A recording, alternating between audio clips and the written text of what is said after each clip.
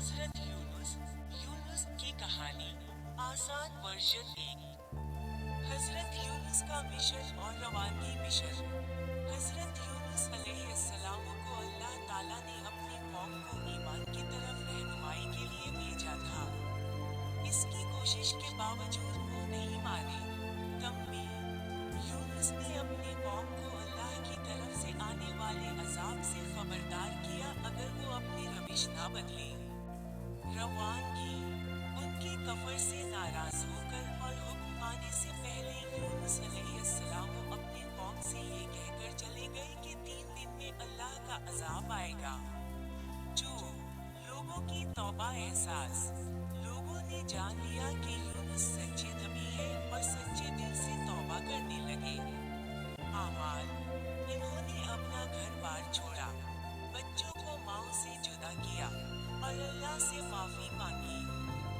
नतीजा अल्लाह ने उनकी सच्ची तौबा देखी और अजाब को हटा दिया।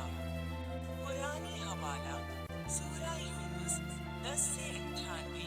यूनुस की कौम को उनकी सच्ची तौबा की वजह से बख्श दिया गया और इन्हें मोहलत दी गई।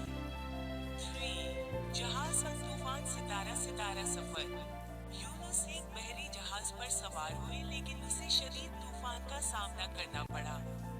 फैसला अमले को यकीन था कि किसी की मौजूदगी तूफान का बाइस बन रही है। इन्होंने मुजरिम की शनाख्त के लिए बुरा डाला। नतीजा यूनुस पर 3 बार बुरा पड़ा। हिचकिचाहट के बावजूद इसे समंदर में फेंक दिया गया। कुरानी हवाला सूरा अल-सिफात 37 से 141। यूनुस को बुरा अंदाजी के जरिए चला गया और समंदर में डाला गया। 4 मछली के अंदर निगल लिया। एक बड़ी मछली ने यूनुस अलैहिस्सलाम को निगल लिया। अंदर उसने शुरू में सोचा कि वो मर गया है लेकिन फिर एहसास हुआ कि वो जिंदा है।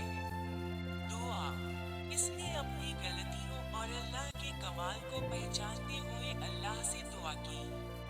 कुरानी हवाला सूरह अल-अंबिया 21 से 87। यूनुस अंधेरे में अल्लाह को पुकारा, अपनी गलतियों का इतराफ किया। इलाही जवाब अल्लाह ने मछली को हुक्म दिया कि यूनुस को बगैर किसी नुकसान के छोड़ दे। कुरानी हवाला सूरह अल-अंबिया 21 से 88। अल्लाह ने यूनुस की दुआ कबूल की और इन्हें परेशानी से बचा लिया। 5 बाजियाबी और वापसी। बाजियाबी रिहाई के बाद यूनुस कमजोर था। उसके लिए छांव और परवरिश के लिए एक लौकी का पौधा उगाया। वापसी एक बार मजबूत होने के बाद यूनुस अपनी कौम के पास वापस आए, जिन्होंने उनका एहतराम के साथ इस्तकबाल किया और ईमान को कबूल किया। हदीस का हवाला नबी करीम सल्लल्लाहु अलैहि वसल्लम ने फरमाया कि यूनुस अलैहिस्सलाम की मछली पीठ में दुआ, तेरे सिवा कोई माबूद नहीं तो पाक है, बेश मैं जालिमों में से हो गया हूँ, एक ताकतवर दुआ है। हदीस का हवाला नबी करीम सल्लल्लाहु अलैहि वसल्लम ने ये भी बताया कि लौकी का पौधा मेरे भाई यूनुस का दरख्त है।